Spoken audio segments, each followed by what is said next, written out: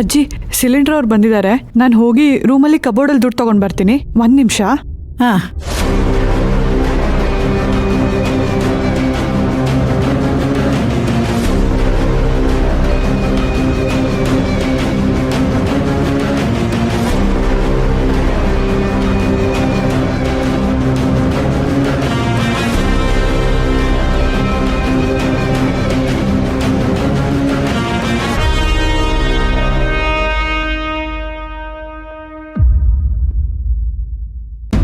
ಏಯ್, ಏನ್ ಹಾಗೆ ಮುಖ ನೋಡ್ತಾ ನಿಂತಿದ್ಯಾ?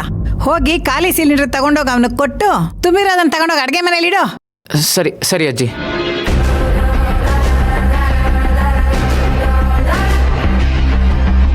ದೇವ್ರೇ, ಸಪ್ತಮಿಗೆ ಒಡವೆ ವಿಷಯ ಗೊತ್ತಾಗದೆ ಇರೋ ಹಾಗೆ ನೋಡ್ಕೊಳಪ್ಪ.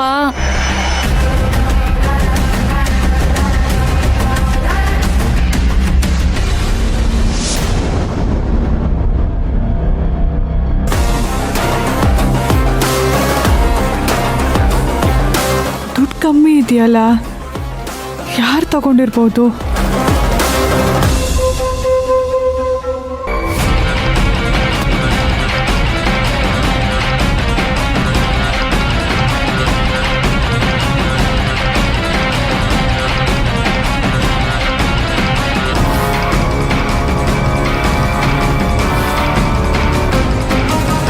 ತಂದಿಟ್ಟೆ ಅಜ್ಜಿ. ಹಾಂ, ಸರಿ.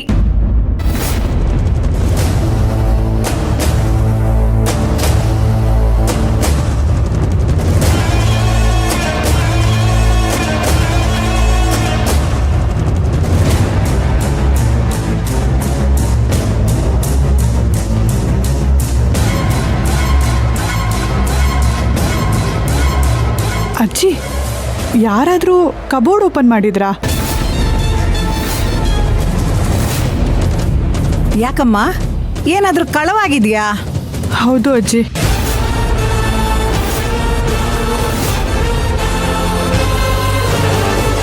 ಅಜ್ಜಿ, ನನ್ನ ಪರ್ಸಲ್ಲಿ 1000 ರೂಪಾಯಿ ಕಮ್ಮಿ ಇದೆ. ಯಾರಾದರೂ ತಗೊಂಡ್ರಾ? 1000 ರೂಪಾಯಿ ಕಡಿಮೆ ಇದೆಯಾ?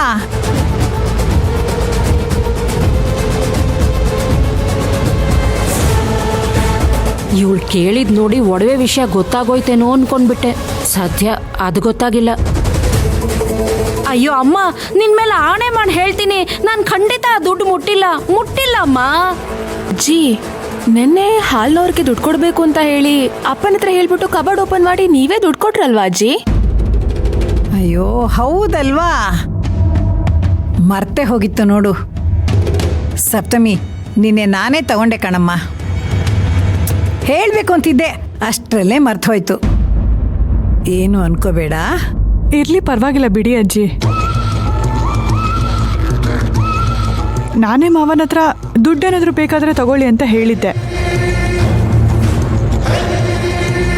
ಅಜ್ಜಿ, ನೀವು ತಗೊಂಡು ನಮ್ಮಮ್ಮನ ಕಡೆ ನೋಡೋದು ತಪ್ಪಲ್ವಾ?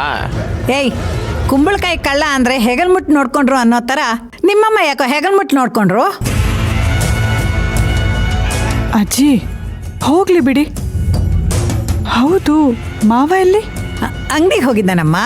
ಸರಿ ಅಜ್ಜಿ, ನಾನು ಸಿಲಿಂಡರ್ ಅವ್ರಿಗೆ ದುಡ್ಡು ಕೊಟ್ಬಿಟ್ಟು ಬರ್ತೀನಿ. ಅಜ್ಜಿ, ಮಂಡಿ ನೋವು ಅಂತ ಹೇಳ್ತಿದ್ರಿ, ಇವಾಗ ಯಾಕೆ ನಿಂತ್ಕೊಂಡಿದ್ದೀರಾ? ಬನ್ನಿ, ಔಷಧಿ ಉಚ್ಕೊಡ್ತೀನಿ, ಬನ್ನಿ.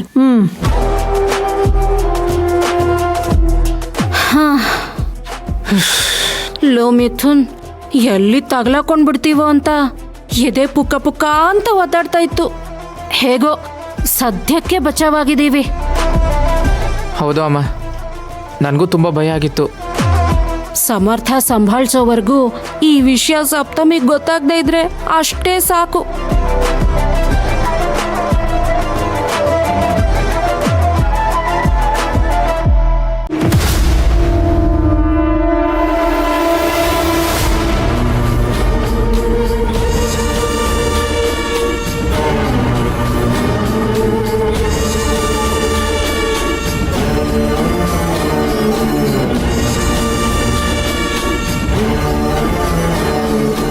ವಿಭಾ, ಜಾನ್ವಿ, ಅಣ್ಣ ಅಣ್ಣ, ನಿನ್ನ ನೋಡಿ ತುಂಬಾ ಖುಷಿ ಆಯ್ತಣ್ಣ.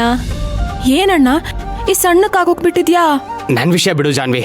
ಇದೇನಿದು, ತಿಂಡಿ ಪೋತಿ ಗುಂಡ್ ಗುಂಡ್ಗ ಆಗ್ಬಿಟ್ಟಿದ್ದಾಳೆ. ಅಣ್ಣ ನೀನೇನಾದ್ರೂ ರೇಗ್ಸೋದು ಮಾತ್ರ ಬಿಟ್ಟಿಲ್ಲ ನೋಡು.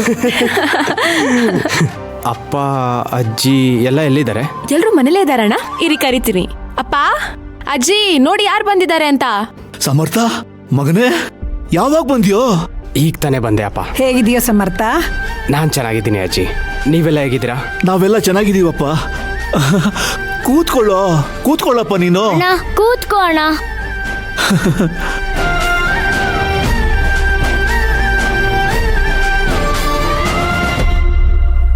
ಸಮರ್ಥ, ದಯವಿಟ್ಟು ನನ್ನ ಕ್ಷಮಿಸು. ಈ ವಿಷಯದಲ್ಲಿ ನಾನು ಅನ್ಕೊಂಡಿದ್ದೆ ಒಂದು, ಆದ್ರೆ ಆಗಿದ್ದೇ ಇನ್ನೊಂದು. ನಡಿಬಾರ್ದೆಲ್ಲ ನಡೆದು ಹೋಯ್ತು. ಯಾವುದನ್ನು ಮನಸ್ಸಿಗೆ ತಗೋಬೇಡ ಸಮರ್ಥ. ಯಾವುದನ್ನು ಬೇಕು ಅಂತ ಯಾರೂ ಮಾಡಿರಲ್ಲ. ಇನ್ನು ಮುಂದೆ ಯಾರಿಗೂ ನೋವಾಗೋ ಥರ ನಡ್ಕೋಬೇಡ.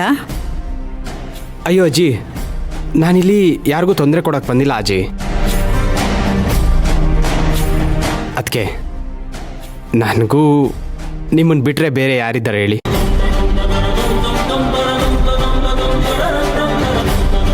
ನಾನಿಲ್ಲಿಗೆ ಬಂದಿದ್ದು ನಿಮಗೆಲ್ಲ ಒಂದು ಸಂತೋಷದ ವಿಷಯ ಹೇಳೋಣ ಅಂತ.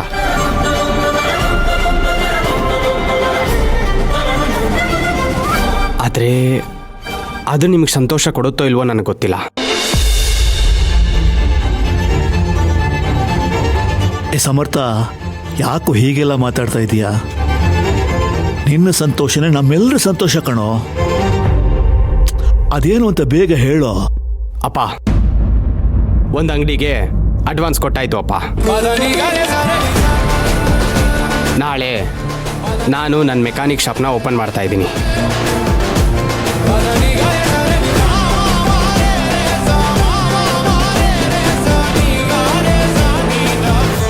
ಹಾಗಾದ್ರೆ ಇನ್ಮೇಲೆ ನಮ್ಮ ಅಣ್ಣ ಮೆಕ್ಯಾನಿಕ್ ಶಾಪ್ ಓನರ್ ಅಲ್ವಾ?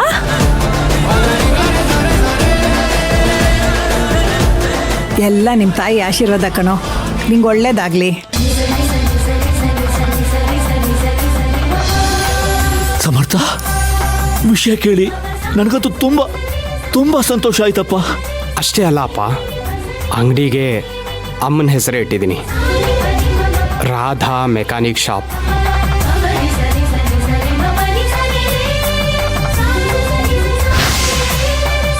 ಅಪ್ಪ, ನಾಳೆ ಎಲ್ಲರೂ ಮಿಸ್ ಮಾಡದೆ ಪೂಜೆಗೆ ಬರಬೇಕು ಅಪ್ಪ.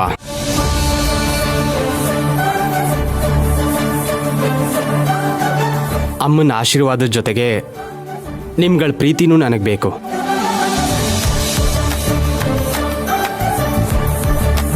ಸಮರ್ಥ, ನಮ್ಮ ಪ್ರೀತಿ ನಿನ್ನ ಮೇಲೆ ಯಾವಾಗಲೂ ಹೀಗೆ ಇರುತ್ತೆ ಕಣೋ.